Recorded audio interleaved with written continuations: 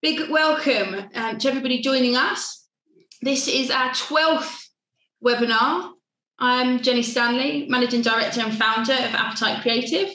So a big welcome to everyone who's joining. We'll just let you come in through the doors, and as you do, I'll just tell a little bit around some admin. This is definitely going to be an interactive session, so we want to hear from you. We want your questions and answers, so feel free to write them into the QA box, which you should be able to find either below or in the right-hand side, depending on your setup. And then we can answer or try to answer your questions today. Another question that we're always asked is, will this be recorded? Yes, it will. And we will send the link around to everybody who's registered and signed up. So if you've registered, don't worry, the link will be with you in a couple of days after. So we're here to talk about the power of earned, paid media. We're here with some fantastic experts from the industry. So I'm just letting a few more people come in before we get kicked off. Welcome, Jack, Maria, Nick. Lovely to see you here. Just was wanting to also let you know that this is interactive, so please do ask your questions in the box and we'll get those over to our panellists today as well.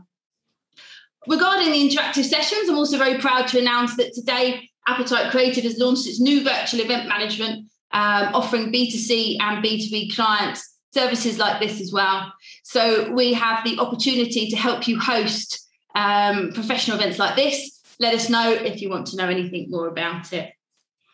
So jumping to today's subject, we can't discuss digital marketing these days without mentioning media. This has become one of the main components of the digital marketing strategies across all industries across the world.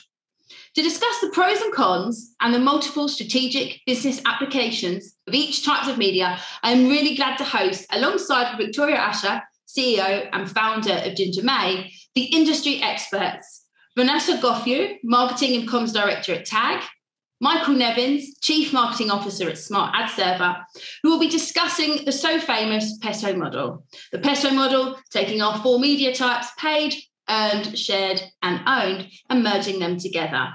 We'll be looking at its components and their testimonials on how their businesses approach each type of media. In the second part of today's webinar, I will be talking with Jeremy King, CEO of the Festival of Media and co-founder of GameFace, and also with Caroline Lucas-Conwell, Global Demand Generation Lead at Checkout.com. And we will be looking and discussing at some of the most recent changes in the digital media panorama and its effect on their businesses strategy, as well as the latest industry trends, while forecasting and taking a look at the future of media for local and global brands. But before we start talking with Vanessa and Michael, I'm going to call Victoria Usher to our virtual stage, and we're going to start with today's session with an interactive poll. So please be ready to answer on your screen. The first question is, what is the type of media that your business uses the most? You should be able to see on your screen a poll, and we'll give them a few minutes to answer. And I will hide into the background and we shall leave the stage to you, Victoria. Thank you very much, Jenny. Great to be here. As always, love these events. It's a really interesting one to be talking about. Peso. Jenny's Spanish, so maybe she's also pronouncing it differently from me, or lives in Spain. It's an interesting model. It's gaining more traction because of the popularity of the way that it's split out. So it's going to be an interesting discussion for me. Vanessa and Michael are industry experts. They will introduce themselves in a moment and talk about their own areas of expertise. But I'll want to talk about the PESO model first of all, and what it is and how it's evolved.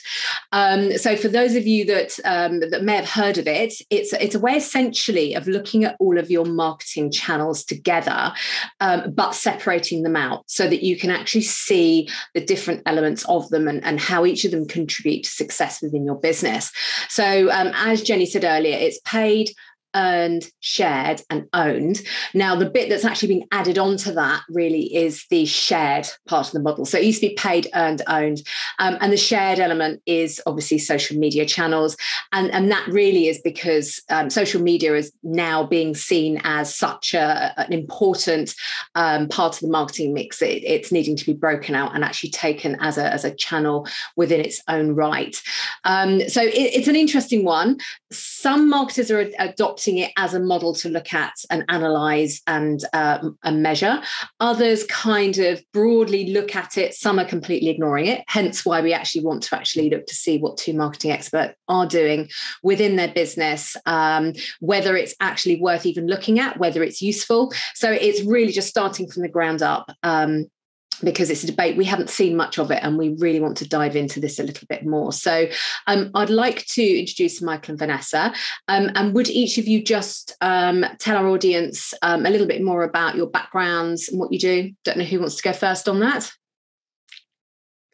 I defer to Vanessa. Good choice. Hi everyone, my name is Vanessa Goff-Yu. I'm currently the marketing and comms director at TAG, the Trustworthy Accountability Group. Previously, I set up my own marketing and design consultant with my husband Goff-Yu, and then previous to that, I was the marketing director at BidStack. So in-game advertising, media, all of that kind of stuff, had a little bit of a hand in. Michael? Well, first, thanks for having us. I'm excited about this. So thanks to Jenny and Appetite, and to you, Victoria, for making it work here. And happy to be joining the other good panelists. So this is cool. So I'm Chief Marketing Officer. I'm Michael Nevins. I think that part is established. I'm Chief Marketing Officer at Smart. And we're a global ad tech platform for advertisers, publishers, content owners, and some retailers, in some case, online retailers. And I'm CMO, so I'm lucky. I lead a fantastic team of marketers. I hope some of them are watching and they notice my emphasis on fantastic. They are,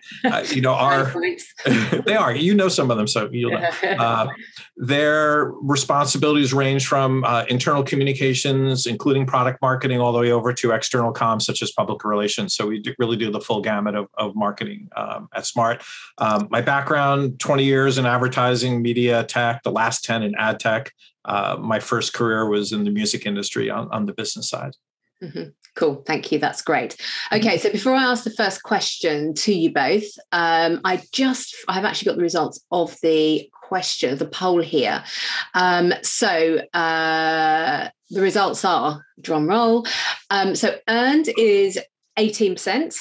Paid is 55% and owned is 27%. So really interesting. And the question again was the main part of Peso. So actually paid is quite a big part of what a lot of people are doing. So we'll kind of bear that in mind, because I've got some views on that, although it's not being interviewed here, so I can't give them too much. So let's crack on with the first question. Before I dive into that, we can come back to it. So I'm actually going to start with Vanessa. And Vanessa, so I'd like to ask about Peso within your organization. So the emphasis and importance.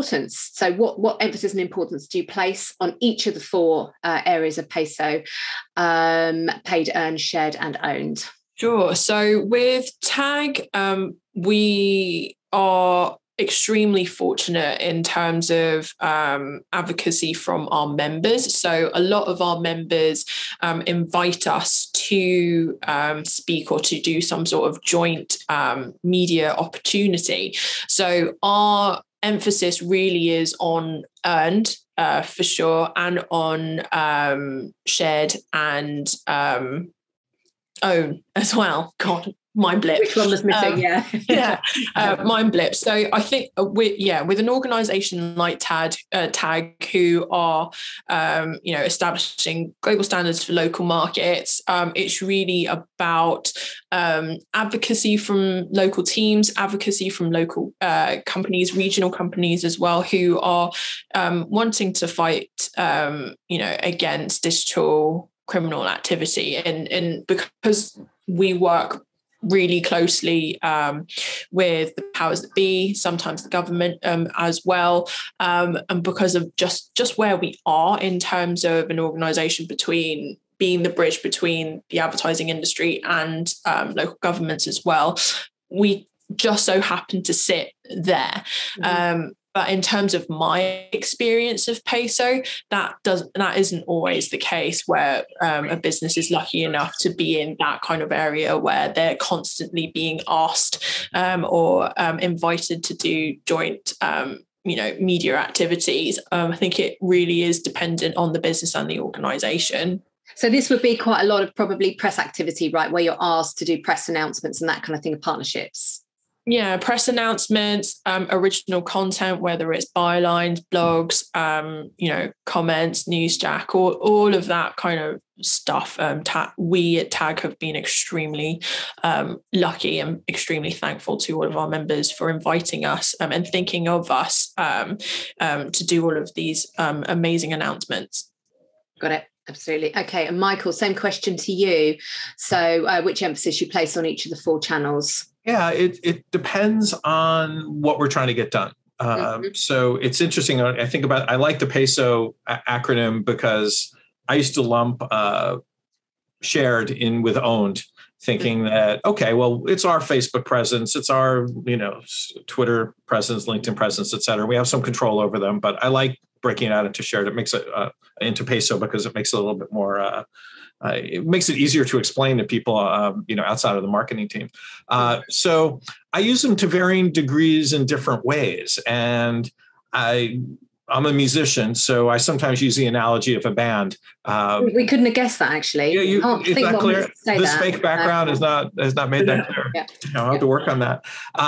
And you could also use the analogy of an ensemble cast, if you will, in a film. So each one of these channels needs to play a role. I shouldn't say needs. For us, each one of them plays a role is a better way to put it. And I think the success comes from being able to get them all to play together effectively. And so while I may make a strong investment in a certain paid channel, my biggest one is events. Each one of those should, enhance the other. And so I like to think about how I can get them all to play well together. And so just like with in a band, like your lead singer may be the most, important thing objectively. The lead singer doesn't sound particularly good if the band isn't really well rehearsed, collaborating well, improvising well, and bouncing off each other and in the ways that are as effective as possible. So I like to think that they all enhance each other. So that's how I think about it theoretically. And, we can get more into the practical stuff if you like, but that's the way I approach it. The emphasis is more situational for this particular thing. The emphasis is here, but what are the supporting cast members? What are the supporting, band players who can join? And often that's driven by is this a product announcement? Is it a thing about brand? Is it about driving transactional meetings for salespeople? All those things can change my view of any particular channel at that time, but ideally I'm getting them all, all working together. So presumably, are you planning this in like at the beginning of the year when you're doing a marketing plan? Are you breaking it out into the PESO areas, or does it just so happen that you're, like with paid, I presume that will have to be a year's planning ahead, right? And some of the other things like earned will just come in to play. So that's a good question. So for some things, clearly, if I'm going to go to Cannes Lions, which is something historically we've invested in, or CES or New Mexico, those are our big sort of tentpole paid opportunities and paid channels and our biggest events. And so those things have to be planned long in advance. But it's understood from the beginning by my team that there will need to be a content marketing component, an earned media component, et cetera, social, of course, that supports these things. At something like at a big event like Cannes, it's not just having our big boat there and being very, very visible and having the brand be active there. It's also what else can we do to eke as much value out of this investment as possible. So that ideally means social, of course. We're sharing photos. We're hosting panels on the boat itself. So we're not only hosting panels for the sake of the event, but we're using that to create content. And that content then gets shared on social and maybe turns into white paper later, or there's a quote from an event that gets used later. So a lot of it is sort of mixing those things up and trying to leverage bits of them all with each other. So I hope that helps. It does. And I can see Vanessa nodding a lot with that. So it sounds like you've had a similar experience, Vanessa, with your marketing in terms of kind of leveraging one channel and then, pulling the others in. So like a paid event, and then you're leveraging other in like your shared, etc., which would make sense. Yeah, absolutely. I think Michael pretty much nailed it, right on the head. I think when it comes to paid opportunities, it really, as Michael said, it really is about stringing all the different relevant channels for that specific paid opportunity and what works. So if it is an event, what social activities are going to happen? Are you going to be running a competition? How are you going to make it interactive, engaging? How are you going to try and draw more of your target audience to come to you, to come find you, with the view of if it's lead gen or networking opportunity, how are you going to be able to create those opportunities for your external team to make that connection, have those meaningful, valuable conversations to happen whilst you're at that location.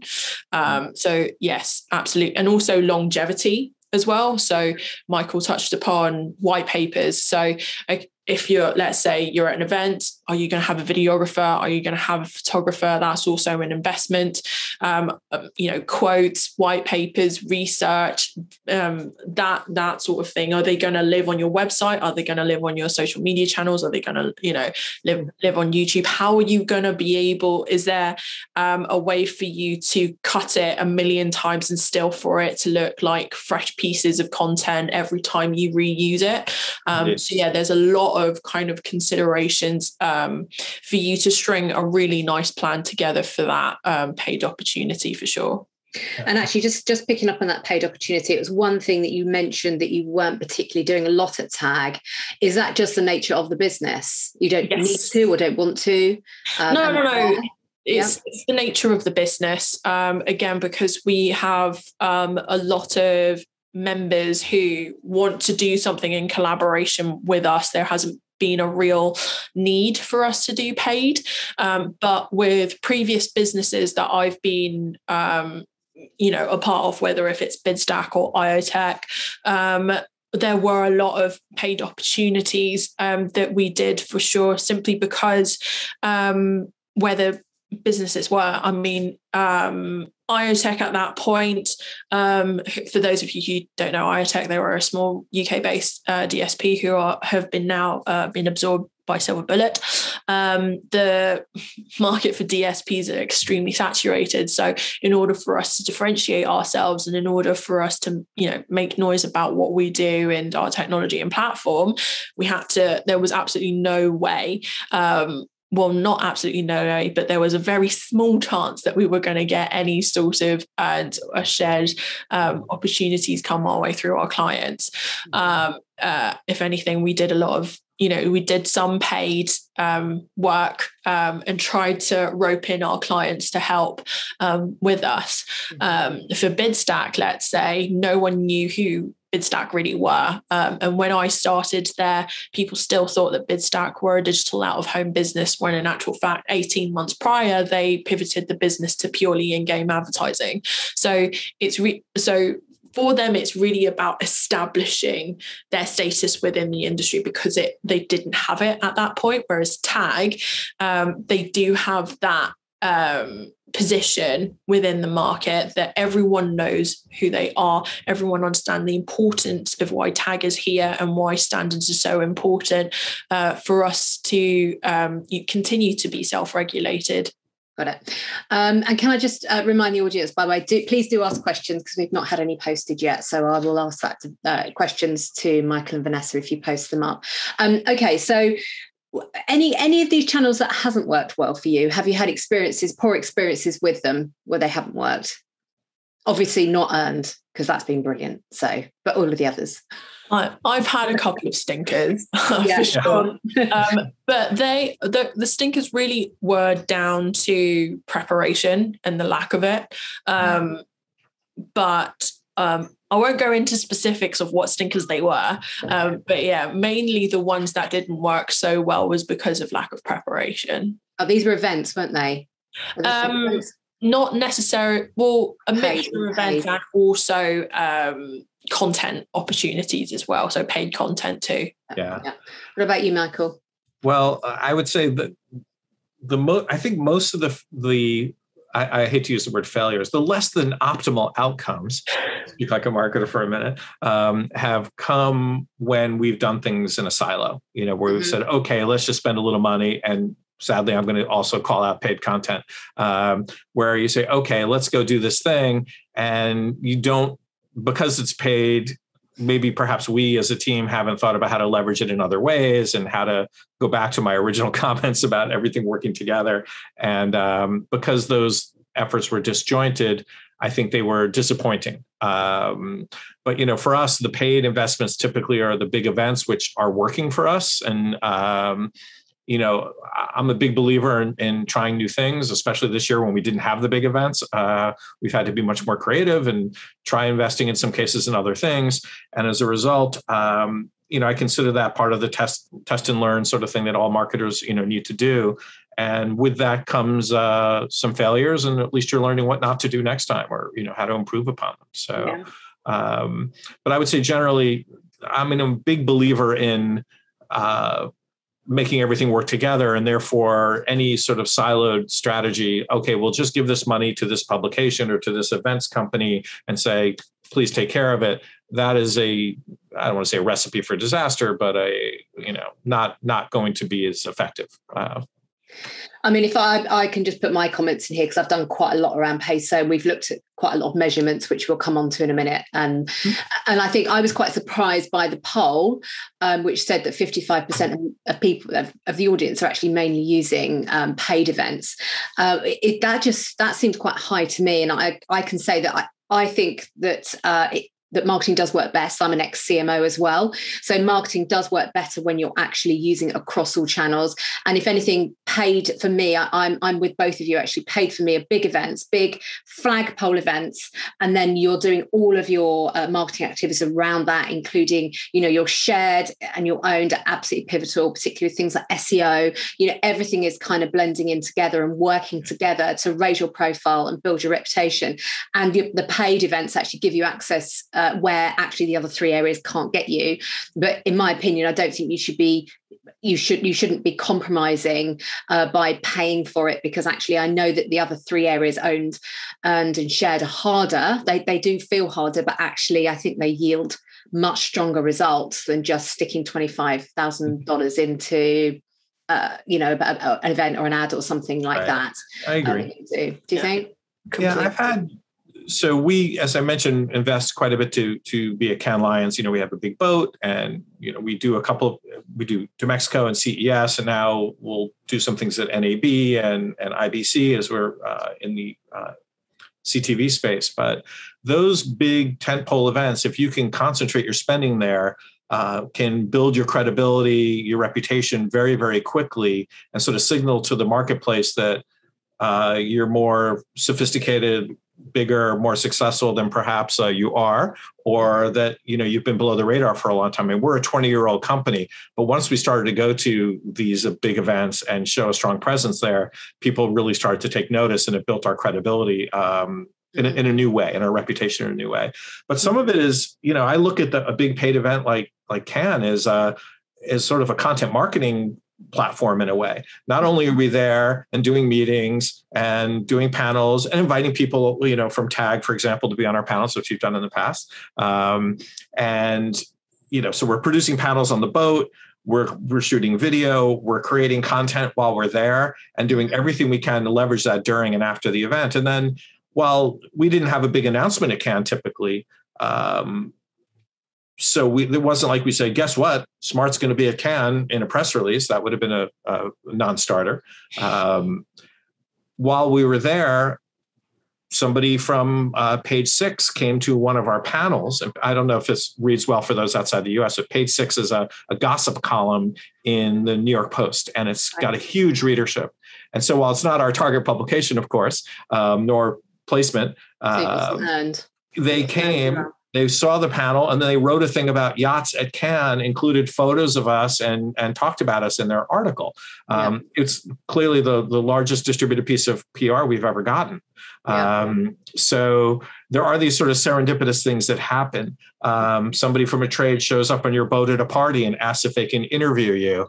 And then they put that out on their publication, and that's something we didn't pay for, but we were just there and in the mix. And those things only happen if you're there and you're active in creating those opportunities. So and they might have heard about it from Shared, and there's various things. I have a question here, actually, and we've only got about 5 minutes left. So Martin Williams has asked, and we'll have to just answer this really quickly. It's great fun to try stuff in marketing, and failure is inevitable when you try enough things. However, how would the panel recommend small and micro businesses with only 1 to 3 people in the marketing team realistically manage or cope with a campaign across all 4 aspects of Peso? So small company, activating Peso. I can have a go at actually doing that first. I would say, so I think if you're a small business, you need to be really careful with your money. So paid has to be really, really well spent. So you need to almost park that separately. And I would say your shared and your owned is really pivotal, because that's going to help, for your customers. If you're doing outbound, you need to make sure they're coming onto your site reading about you. So those 2 things need to be prioritized. At a later stage, you can do earned, which is PR. But if you're too small, you may have a little bit of earned, but I wouldn't do anything significant. And then your paid would be, maybe you've got $50,000 in the bank and for events, and you can pick 2 or 3 events across the year. That's personally how I would do it. But I don't know. I think for small companies in early stages, sometimes your investment in events has to be transactional. It's like, did we generate leads? Did we meet prospects? That type of thing. But I think I'm a big believer in earned. I mean, I worked at a company that had 0 marketing budget at one point. I was actually running sales there, but the one investment we did make was in PR, and, really investing in the opportunities that we got through earned media built our credibility very, very quickly. And it helped us establish a baseline of expertise that made it much easier when a salesperson finally did get through to a potential buyer. It's like, oh, I've heard of you, and you're credible on these topics. And so if you can afford it, I think it's a great thing, especially in developing stages. And then, social, you should always do, I think. Shared, I think, that should happen always. But I want to let Vanessa. Vanessa, what do you say there? I think what you guys said, absolutely agree. But also I think it's about being smart about your investment if you do choose to do something. I think especially if you're a small business, getting your clients on board to also kind of be your fan people, your cheerleaders as well, to help you kind of amplify your name within the market in terms of shared media. I think that's also going to be a really important string to your bow. I would leverage all the resources that you currently have, build stronger relationships with your clients, and try and, ask them for a favor and say, can you share this on Twitter or whatever, and try and leverage their audience as well. Yeah, getting greater authority. Right, we've literally got a couple of minutes.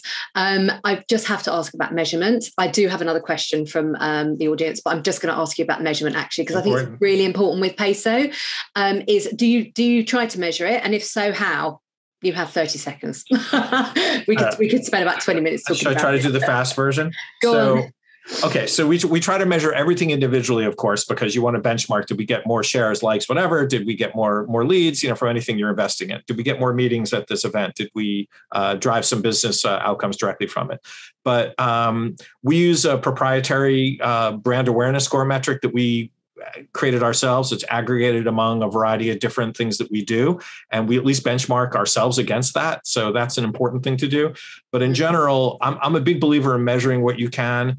But I'll quote somebody: just because it's measurable doesn't mean, just because it's not measurable doesn't mean it's not valuable. And so there's a certain amount of sort of gut feeling that comes from some of these things. And not everything can be measured and not everything that measure really matters, so I would not get too wrapped up in the measurement piece. Sometimes you have to go with gut. It's marketing. Got it. Absolutely. And Vanessa. What Michael said, but also there's the unmeasurable elements. They sometimes have the biggest impact as well, especially if it's something like word of mouth. There's absolutely no way you can measure that. If it's, from CMO to CMO or at some sort of global company, you would never be able to measure that. So yeah, again, I wouldn't get too wrapped up about measurements. Measure what you can, but I wouldn't kind of get in a tizzy about it. Yeah. Got it. Okay. I think we are done. Any final words? Actually, I could ask Jen, have we got like 1 minute to answer this question? I'll give you 1 minute. Right. So Ninette Lundholm Olsen has said, how can thought leadership and authority be formed when the peso model is executed correctly? Could you give me some examples of your previous experience? This is to Vanessa. So how can thought leadership and authority be formed when peso is executed correctly? So I think it's probably going to be around earned quite a lot. How can thought leadership that's a very good question. I think, really it is down to the content and your target channel. So let's say you are looking to do more sort of the earn opportunity and you've invested in a couple of publications that hit your audience, then that would be one way for you to kind of increase that. But it is also around credibility of your company as well. So through thought leadership, through opinion pieces, you're actually building credibility and helping your business look more knowledgeable around the area that you want for the business to be known for. So by doing a lot more of these activities, you should be able to see a lot more kind of broader types of opportunities come through, if you're looking for business types of opportunities, sort of like CEO secrets, you're trying to build up business profiles, or if it is more sort of like a specific industry piece on, I don't know, VR gaming, let's say, those will come as the business keeps on building. You help keep building the credibility through really interesting angle content. Got it. 10 seconds, Michael. Can you do it? 10 seconds. Otherwise, Jenny's going to kill me. on the same question. Yeah. So thought leadership. Yeah. So when Smart started in the US, which was late in our trajectory, late in the company's life, we had zero reputation in the US. And everybody said, let's go get press. And I was fortunate enough to have good counsel and to take the time to really invest in thought leadership. So I agree with Vanessa that if your messaging is strong and aligned across the different channels, and then you invest where you need to, the things start to work. I mean, the idea is that all these channels you're using in at least to get the same messages across. And in thought leadership, you can establish yourself as credible. You build your reputation. And then the next time a journalist is really interested in a particular topic, you might actually get a phone call, to provide a quote on whatever those areas are that you've established yourself in already. And so it takes time. And I think there's a certain amount of patience. And I think anybody who's done marketing, particularly PR, understands that often CEOs, CFOs can be very impatient. I hired a PR firm. Why am I not getting articles? Why am I not getting interviews? It's a long-term investment, and it's a critical one for everybody to make. Understood. Thank you so much. Really appreciate it. Over to Jenny. We've overrun, but that was great. Could have kept going. Thank you.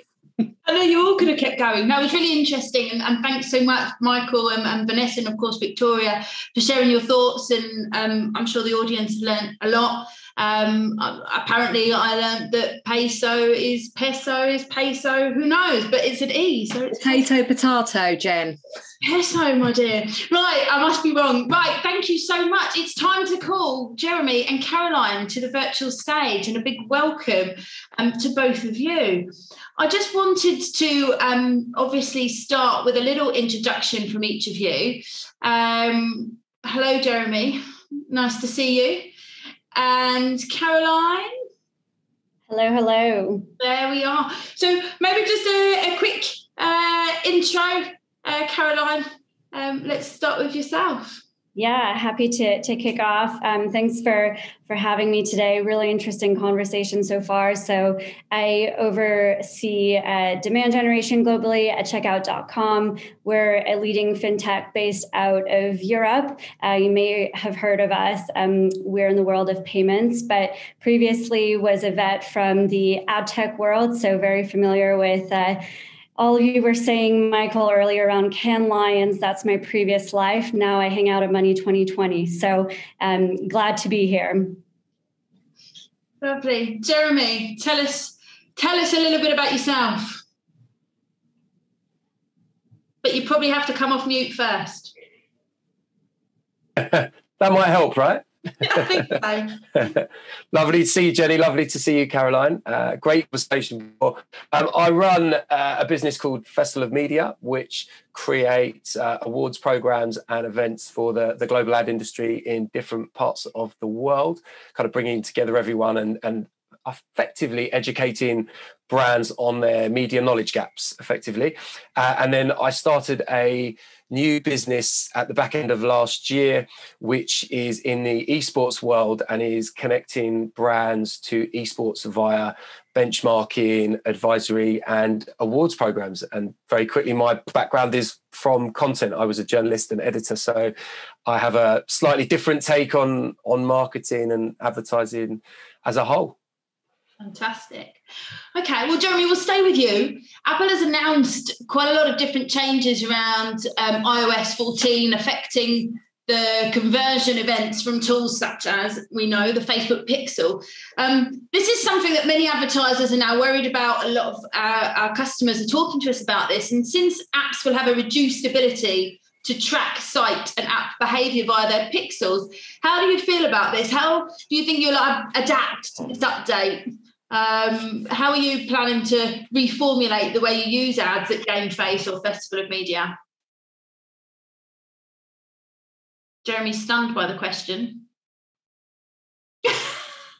It was such a hard question, Jenny. He got stuck on it. He's gone. Well, Caroline, I don't know if you wanted to mention something along that instead. Yeah, sure. I'm happy to jump in. I think it's definitely an interesting one because, you have this change happening on the Pixel side, right? But at the same time, you've got a shift in the consumer mindset where rising consciousness of, data and privacy and how that data is being used. And on top of that, there's a growing opportunity, right, for the consumers to want to control how they can be advertised to, right? So they've got a choice now ever more than before. And at the same time, right, you've got businesses that are trying to more actively and effectively target those consumers. So how do you sort of marry the two? And I think that's where, interestingly enough, what Michael and Vanessa were saying about creating a truly integrated, right, mix between your media channels comes in because effectively there's a new use for data, right? We're going to have to, as marketers, be a lot more creative in how we can target our audiences in a meaningful way and make sure that we're providing that trust that consumers are looking for. And so if anything, right, sure, we have to start thinking about things differently, but an opportunity at the same time to think about how we're doing our marketing in a more personalized and creative way.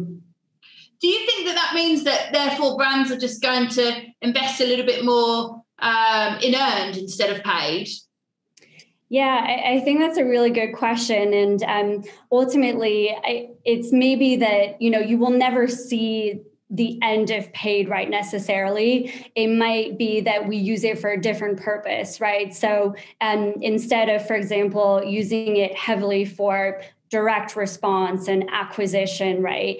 We might see it as more of a opportunity to stay on the awareness level, right? And earned is an opportunity to create more meaningful direct interactions with people or, I think actually on the shared side, right, as we open up that new category, if you will, of its own, how do you actually leverage, right, your partners and your customers and your networks to do that advocacy work, to really invest there, right, and use that as a pool to accelerate whatever your marketing goal is, whether it's acquisition or retention or conversion, right? You can leverage that mix in a new way than we were doing before. So short answer would be, yeah, I think people will start looking at earn more actively, but also shared, right? And how we change the focus away from paid. Mm. Yeah, and I think as well, there was something there around the measurement piece as well, which is there's also that word of mouth. You see something online and you talk about it in a meeting or down the pub or share it with your team, and there's that I think ability to be able to look at things beyond everything that can be measured through the Facebook pixel, for example, to understand that there's more to it than that. Yeah, Jeremy, are you back with us? Still on mute though. I was chatting away and then realised that my Wi-Fi had gone down. So I'm 4G now. I'm on the phone. So let's rely on O2. Will be better than Sky broadband, I hope. Sorry. No product placement involved there. No. So, Jeremy, Caroline and I were just talking about the Facebook pixel, the changes from iOS. Do you think there's going to be any changes in the way that you're going to be using ads for GameFace or Festival of Media? Yeah, certainly. I mean, for Festival, because we're like a more established brand and it's been going 15 years, we've started to use more and more of our first-party data that we had ourselves. So becoming much more relevant and targeted and knowing that audience obviously will change things up a little bit, because you always want to find that new audience that you haven't quite connected with yet to immerse them into your really new to us. We're still trying to kind of spread that brush a little bit, accumulate over the last 5 months, and then making that content just so hyper relevant to them, and utilizing the fact that it might be content they might not have seen before, and really trying to gain content from our clients that isn't out there in the public ether, as it were, to make it more relevant and more exciting and much more readable, if you like. So a bigger focus on the first party data that you've got, and then personalising it, which I think is what Caroline was talking a little bit around, personalisation as well, and maybe working a little bit harder on that content and how that message is actually going to go to each audience segment. Absolutely. I'm really kind of going down that relevant route. I mean, one of the key tips that I always had, which has always stuck with me, when I first trained as a journalist, we used to have to scour on regional newspapers. We had to go through national newspapers on a daily basis and pull out national stories, and particular national stories, and then work out how we could make those angles relevant for our regional audience. And actually, that was a skill that I've taken across everything I've ever done since then, whether it be marketing or comms or sales, and particularly from a marketing perspective. So it's a kind of, let's look at what's happening in the world. How do you make what you're doing relevant if you can? Obviously, there's people who do things around certain days or certain observation days that are quite clear to look through. But as long as you've got a bit of authenticity behind it, then I think that makes a huge difference. Yeah, perspective, isn't it? Putting the correct perspective on it. What about, Caroline, the change? We were just talking before we went live that London seems to be picking up. There seems to be a little bit more liveliness and in London as the old normal seems to be coming back. I mean, how did COVID-19 affect your media strategies, and how do you see that now changing as we seem to be coming back to some sort of normality? Yeah, definitely. This next normal, if you will, right, that we're going into. I think actually to one of the words that Jeremy used here around authenticity, I think, as I was saying earlier, right, we've really been pushed as marketers throughout this pandemic to go back to basics, right, almost have this internal conversation with ourselves of what's our value as a business? What do we mean to people? What's our vision for the world? What are we trying to do? And I think, that pushed us out of our boundaries, right? Using new media, we've tested direct mail more effectively, for example, finding ways to create, events that are more meaningful, right? I think we historically have done events in a way that is, churn and burn, right? There's a model, it works, you put out the content, you do the fireside chat, it's good. But how can we actually change the conversation, right? And respond to people's needs? So I think all of those lessons, we're really going to bring them forward into this next normal, right? And try to continue on those good habits, if you will, of creating a human connection with our end customers. And I think that's true for B2C and B2B. It's how do you, at the end of the day, create something that people want, right? And that you're going to create an engagement with them through that message and through the media you're using. Again, it kind of comes back to that personalization of message, doesn't it, really? So it's that kind of theme that we're seeing. Jeremy, events obviously a massive change, but media strategy. Tell us a little bit how the pandemic affected your media strategy. Yeah, absolutely. We tried to look at it with a completely different lens. So rather than, for instance, an event strategy in the live space and going, right, we'll just take what happens in a live space and put it into the virtual space. We almost started again and said, right, actually, let's create this from scratch. Let's be a bit more creative. We've got a new canvas to play with. Let's create something that is purely in the virtual space, which will counter for everything. And, I think the big problem is everyone else was in that space as well. So it's like, what do we do that's different to everyone else? So rather than taking a 4-day conference, putting it into a virtual space, it was like, well, I had their computer for 4 days, content to an hour's worth of content on one day, once a week, right? But it still has that learning material. So just being much more creative.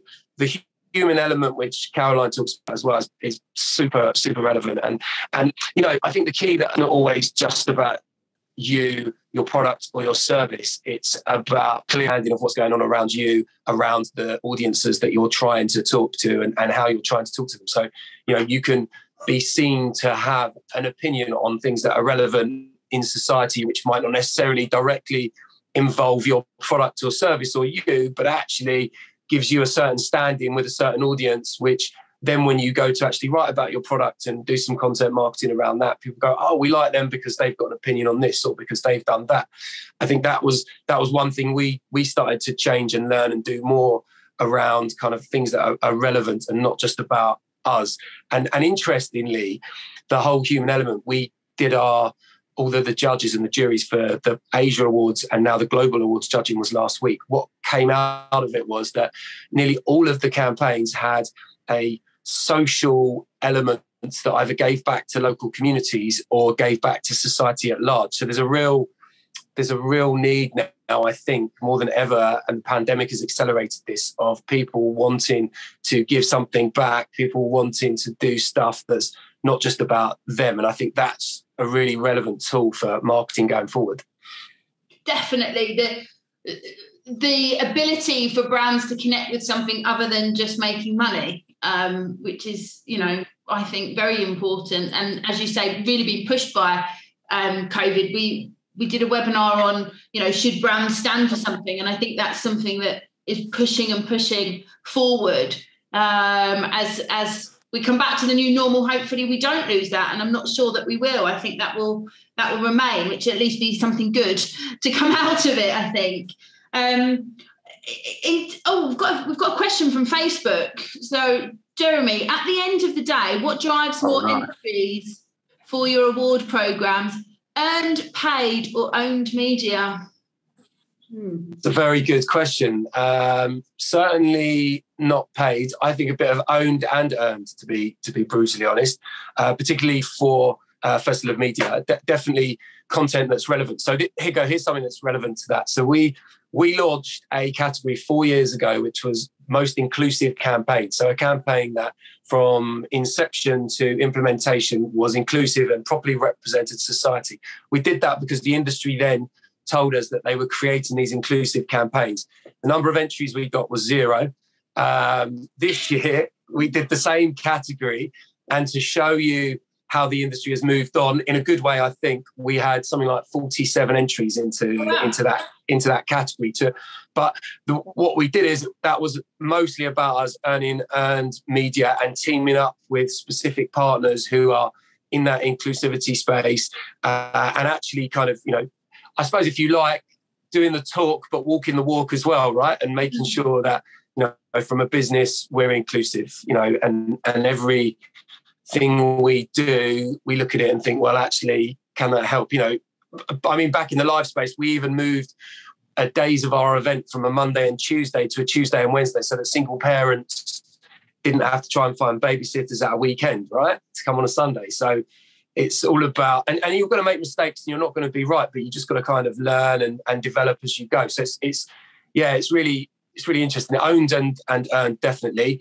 I think paid for us to make paid work is more about us identifying the audience that don't currently enter that should be entering, right? That's the holy grail for us from a paid perspective. And, there are tools and ways, as we all know, that you can start to do that in a proper way, which is exciting. Definitely. If we look at the best ways, Caroline, that B2B businesses could spend their paid media budget in these upcoming months, have you got any suggestions there around that? Yeah, definitely. I think it goes back as well to that audience targeting that we were talking about, all around, how can you better identify who's right in market, and, if that's your acquisition play, for example, playing with tools, for example, with ABM, for instance, where you can really leverage intent data, right? I think there's a lot of interesting tools out there now, like 6 Sense or Demandbase, that really allow you to play with those audiences and test as well as part of that, right? Like your different messages, going back to that personalization, going back to that connection, right? That human interaction, and do that in a lot more effective way. And so I think what we are really seeing is B2B marketers starting to really hone in on the ABM play, really looking at account-based, because your spend can be a lot more effective, right? And a lot more efficient when you're thinking in a focused way about where you want to put those dollars and who you want that to go to. So I think that's definitely one area for sure. But when you think, again, more on that tactical basis that we were talking about throughout, right? Again, I think for us, direct mail has been a huge success throughout the last 6 to 10 months. And so how can we continue that? I think for B2B, we can continue to use that as a way to personally craft an experience, tie it back to something else, right? When we were talking about the Peso model, that flywheel, it can all be integrated, and that direct mail really allows you to be more personalized, creative, targeted, and relate back also to, those social needs, right? Or the greater good that we were talking about with Jeremy. It's, how can you have those narratives transpire with your tactics as well? So I think we should ask, as time is running out, our third poll around that. So, it's the second half of 2021 that people are planning or finished their plans for. Let's have the interactive poll come up. What are your media plans for the second half of 2021? Options: increase overall investment. Of course, the option to decrease overall investment. increase the investment in one specific type of media or decrease one particular type of media investment? Caroline, while people are answering this poll, I'll go to you. It's definitely a tricky question. I think Checkout personally, we're in a fortunate position that we're in a very fast growth environment. We've been the lucky ones, if you will, to get to ride the wave of the growth in e-commerce and getting to increase our investment, which we're going to continue to do on a local and global basis. But with the intention to have that investment go into the right places. So really test, iterate on those four pillars of the peso model and really thinking about, as I was saying, right, where are we going to get the best return and the most meaningful engagement from people? So increase investment, but in a meaningful way. In a good way. Yes, exactly. Jeremy, are you in line? Are you in line with this? It seems everybody is increasing either overall or in one specific type of media. What about GameFace? What about Festival of Media? Yeah, absolutely. For both of those, we're looking at kind of increasing what we do, particularly as everything starts to pick up around the globe and restrictions are starting to ease and more people are looking to invest in marketing as a tool. And I think, it's a great opportunity to help kind of, I suppose, expand what you're doing and get the word out there of what you're doing and brand building effectively. I think now's a good time to start doing that, particularly in the second half of 2021. And, we've been, fairly cautious in terms of what we've done up until now. And it's meant we've got a little bit more in the pot that we can utilise for the rest of the year and help drive 2022, because our kind of cycle with festival starts again in October. So ready for 2022. So, exciting. Yeah. Well, that's 100% then. 100% looking to increase in the second half. So that's fantastic. Yeah. Great news. Very positive. And then, of course, the difference between overall or one specific type of media, and obviously the same for both our panellists, Caroline and Jeremy, as well. So really, really positive there. So that's fantastic.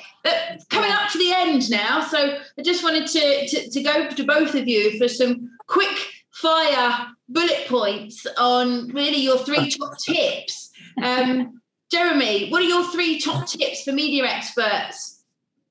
Okay, my first one is, and it's an obvious one, but is great content. But hear me out. Great content by using resources that you might not think about. So if you've got clients, asking them things that they haven't been asked before around the industry and giving you some insights into things. So, what has affected them this year? Similarly to what you do with your polls, but asking your clients that and drawing out something a bit deeper. So you've got some really based. It doesn't even have to be your company as the thought and ambassadors. Definitely looking at how you can have a human touch and a human element and give something back. Don't just do it for the sake of it. Do something that has meaning and just making it relevant, right? I know it's an obvious thing to do, but just be relevant. There is still so much noise, and if anything, the pandemic has accelerated the noise in the digital space. So just trying to find a way to cut through that and be relevant. Great. We've got an anonymous question, so I'm going to switch that one in. Her 3 top tips. So, anonymous question. Who knows who that is? But sometimes earned, paid and or owned media work together. And it's not always possible to put every piece of media in one of the categories. Do you have examples of how to combine multiple types in practice? Jeremy's chuckling, so I'll cancel it away, Jeremy. We're just worried about your connection. No, I'm good. I mean, I could give you a quick one before Caroline does, while she has. Yeah. So she's probably got some more examples than me. But for GameFace, for example, we actually used all of them. We created a really cool piece of content around our judges for our awards program.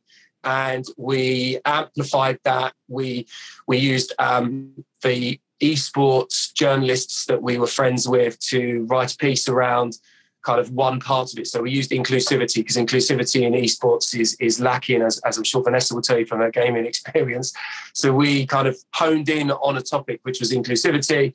We pushed that out there with a category we are producing. So we used earned, owned, and paid to amplify. And that post is probably one of our best performing pieces of content, actually, and it really drove people to get in touch with us. And actually, the company we partnered with are now doing a series of events with one of the big publishing titles in the esports sector on the back of it. So, not just for us, but they also got a benefit out of it as well, which is really exciting.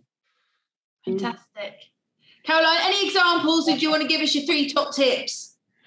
Ooh, yeah, I'll try to condense everything in the next 30 seconds. I think actually they tie in together, because one tip is really relying on advocacy. And so I think that's one where, you can really stretch that into so many different content types, first of all, in terms of your mediums you're using, but also throughout your different medias, right? It's great for paid, it's great for events, great for podcasts, it's great for PR. So there's so many ways that you can leverage advocacy. And I actually think that is a big tip, is go back to those basics. Go into your advocacy pool of your current customers, really use them as your amplifiers and see how they can tell the story. But I think my last 2 tips would be, remember that human connection, think about that personalization, and stay creative and curious. I think that is really the essence of marketing in the first place, but we tend to forget those basic lessons. Fantastic. So if I summarize, we need to think about all the different data points that we've got, try and be different, creative in where we can find data, how to deliver messages, to personalize, and remember that not everything is measurable. I think I've summarized everything. We're out of time. Solid. I'm going to say a big thank you to Caroline, Jeremy, Vanessa, Michael, and Victoria. Thanks so much for joining us today. Thank you to everyone who joined, and we'll send out the link to everyone so they can watch it all over again. Thanks again, and we'll see you next time. Have a great day. Thank you. Thank you.